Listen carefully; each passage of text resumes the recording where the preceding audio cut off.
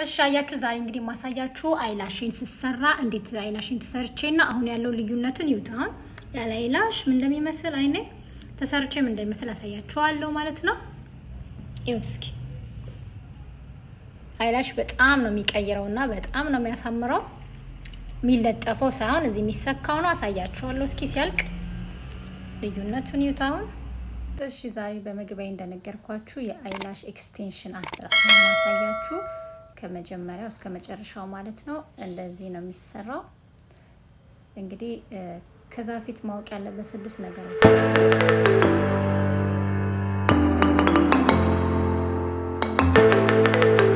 ሰዎች ለቅንጦት ነው አይላሽ መሰራት ይላሉ ግን አይደለም በአንድ መልኩ ስታዩት ምክንያቱም ይሄ ቴምፖራሪ ነገር ነው የሚለቅ ነገር ነው ሜካፕ እንደመልበስ ማለት ነው። እኔ እንደዛ ነው ማስበው የሚሰራው እያንዳንዷን ጫፍ እየተነቀለች ጸጉር ነች ከአይናችን ሸፋሸፈት ጋር ማጣበቅ ማለት ነው። የሚሰራው ደግሞ ሁለተኛ በባለሙያ ነው።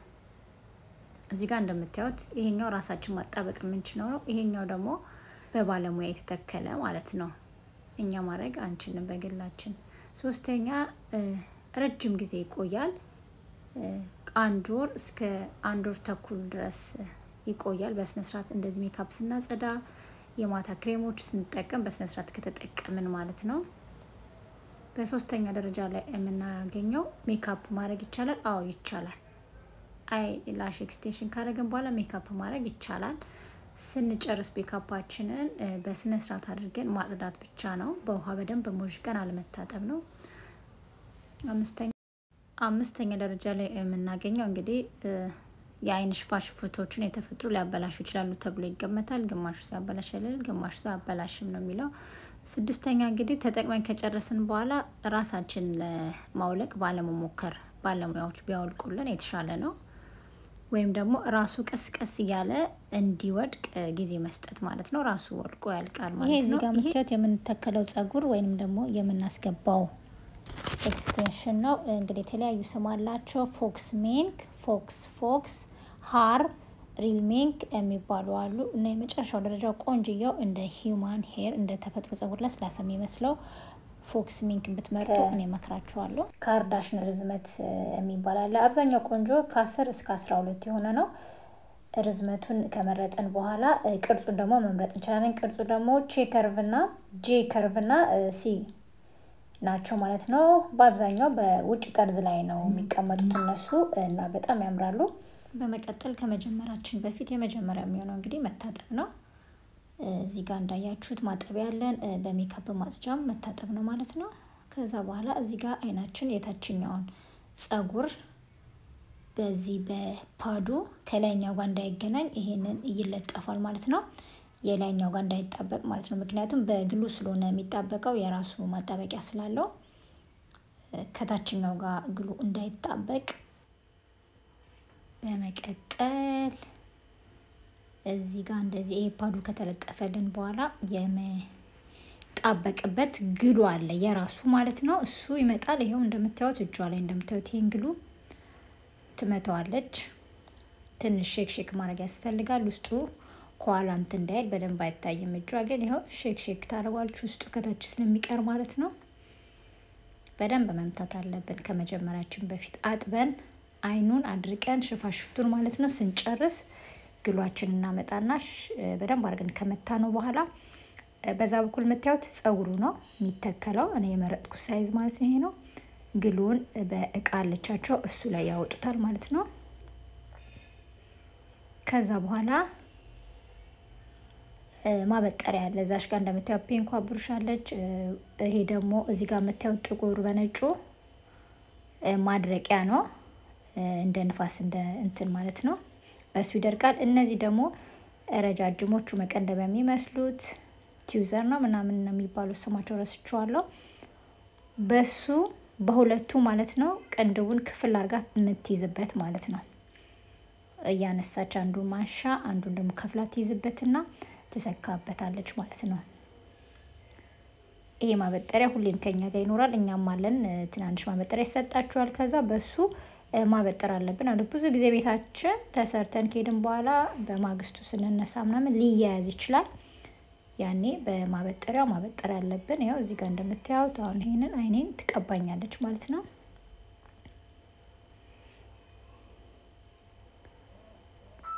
በዚህች አድርጋ ትቀባኛለች ሁለቱንም ቅንድቤን ትቀባኛለች እኛ ተጀምሮ እስኪጨርስ ድረስ በቃ አይናችን አንገልጽም ማለት አይናችን ከገለጽን ይሄ እንትናችን ሌንሳችን ስለሚነካን ያቃጥላል ማለት ነው አይናችን እንደዚህ ከጨፈነን ምንም አይነካንም ምንም እንደውም ፊል አናረግም እየተሰራን እንደሆነ ምክንያቱም አያምም አይጫኑንም ምንም ያረጉት ነገር የለም ቅንድቧ ላይ ብቻ ያመጡ ከቅንድባችን ጋር ጸጉሯን ያመጡ ማያያዝ ብቻ ነው ስራቸው እስከዛ መተኛት እንችላለን ምክንያቱም ጊዜ ይፈጃል አንድ ሰዓት ከምናምን ይፈጃል አንድ ሰዓት ተኩል እንደ ፍጥነታቸው ነው ግን ኖርማሊ አንድ ሰዓት ተኩል ነው ለዚህ እንደዛ አስተካክላ በደንብ አንገቴ እንዳያመኝ በደንብ ታስተኛኛለች እሷም እንዲመቻት እነዚህ የሚሰሩት ደግሞ ለአይናቸው መነጽር ያደርጋሉ የራሳቸው መነጽር አለው ከኋላ እነሱ እንደዚህ ተኝተው ከኋላችን ወንበራቸው ላይ ቁጭ ብለው ነው የሚሰሩን ማለት ነው እያንዳንዷን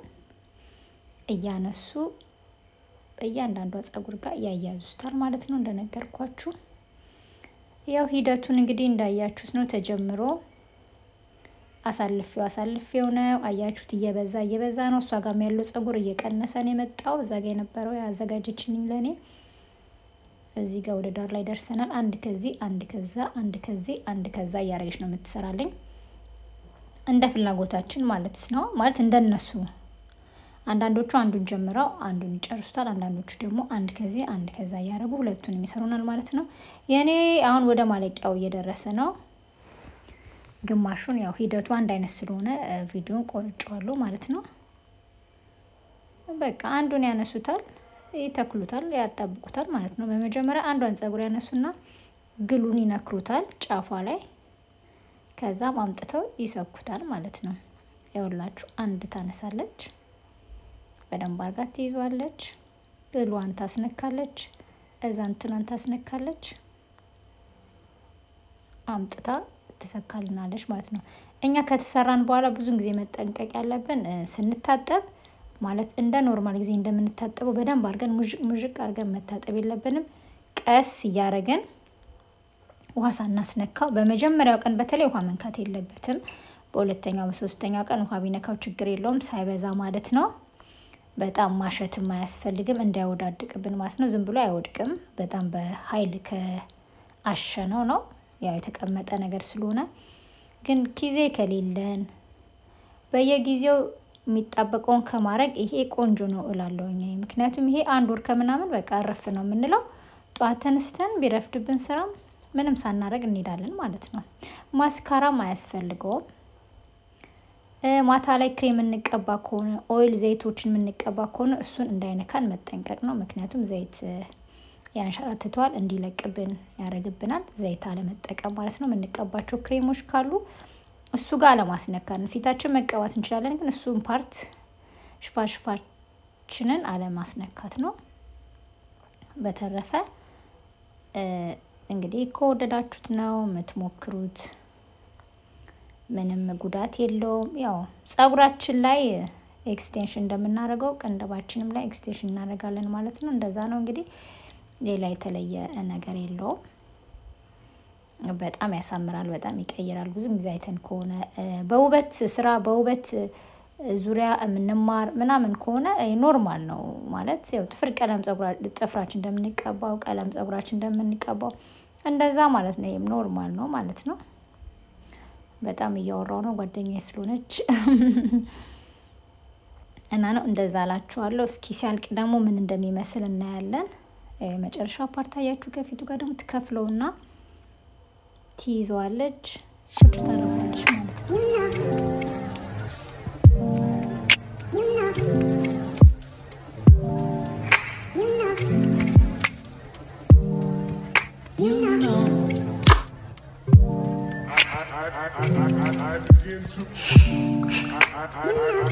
I begin to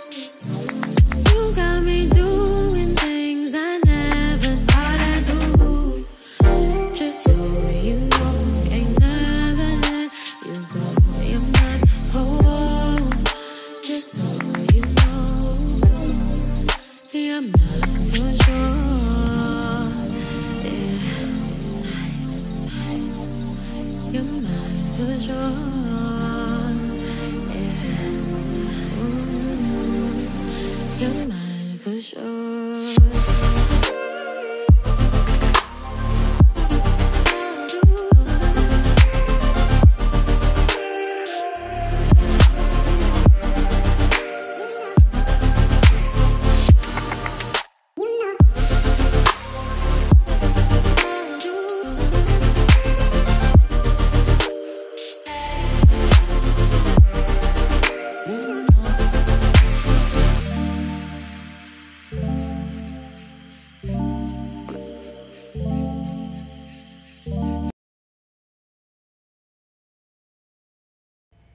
እሺ ተመልካቾች አሁን እንደምታዩት እንግዲህ አልቋል በደንብ ተሰርቶ አያችሁት እንዴት እንደበዛ እንዴት ጥቅጥቅ ብሎ እንደተሰራ እንደዚህ የተበጠረ ያላዘም ካለ ይወርዳል እቺ በዚህ ማድረቂያ መድረቅ አለበት በጭራሽ ዛሬ ውሃ ማስነካት የለብንም ምክንያቱም ያው ሲጀመር ስላጠበችኝ እቺ ንፋስ ነገር ነችና ንፋስ ሰጣለች ታደርቅልናለች ከመድረቁ በፊት ራሱ መክፈት የለብንም አይናችንን በዚህ በደንብ አድርቀው ሲጨርሱ ነው አይናችንን ፓዱን ያነሱልናል እምንከፍተው ማለት ነው